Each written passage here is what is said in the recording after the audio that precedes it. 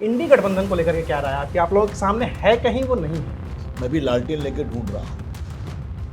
लालटेन लेके मैं इंडिया गठबंधन को ढूंढ रहा हूँ। हमारे रामलल्ला 10 साल टेंट में भींगते थे।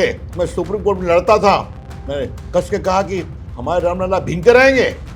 विरोध करते थे लोग। पक्ष के लोगों ने राम मंदिर न बने इसके लिए सारे डंगे लगाए।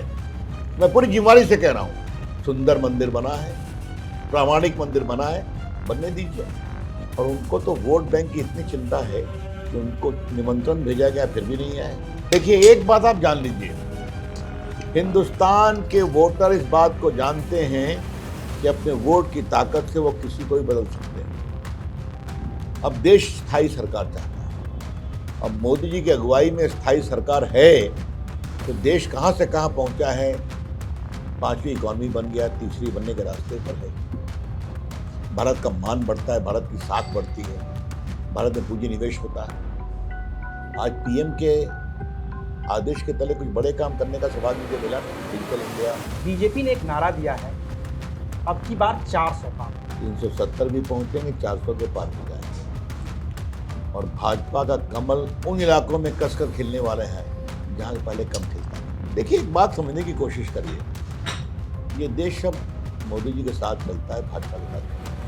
एक बड़ा संकट बंगाल में एक सामने आया है, क्योंकि आप कानून मंत्री हैं, इसलिए मैं आपसे जानना चाहता हूँ। एनआईए की टीम पिछले दिनों गई थी रेड करने के लिए, उस पर भी हमले हो जाते हैं। सीबीआई की टीम जाती है, उस पर भी हमले के आरोप लगते हैं। ईडी पर भी लगते हैं।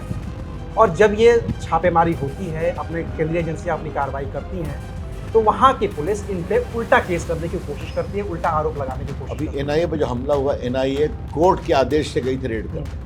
ऐसा क्या है कि ममता जी के बंगाल में सारे आतंकवादी ये विश्वास करते हैं कि हमें पनाह मिलेगी, तो अभी ईडी पर हमला होता है। जब मामला खुला तो देखिए शाहजहां शेख की कहानी सामने आई।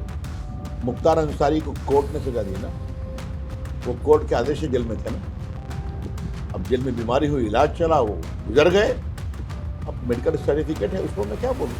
बाकी जांच कमेटी तो बन गई, लेकिन वो जेल में कोर्ट के आदेश से थे। लेकिन मैं पॉलिटिकल सवाल उठा रहा हूं, आज उनके द्वारा हत्याई के जमीन पर गरीबों के लिए मकान बने हैं ना, योगी सरकार ने बनवाए हैं। ये माफिया राज कब तक चलेगा साहब? कब तक चलेगा? कब तक चलना चाहिए? तो देश को सोचना पड़ेगा, क्योंकि वो वोट बैंक का दावा करते हैं जो सच्चाई नहीं होती। कहां से कार्बाइन आई, कोई डीएसपी खड़ा हो तो मरवा दिया जाए, कोई विधायक खड़ा हो तो मरवा दिया जाए, कब तक चलना चाहिए? नहीं, मैं इसका पक्षधर नहीं।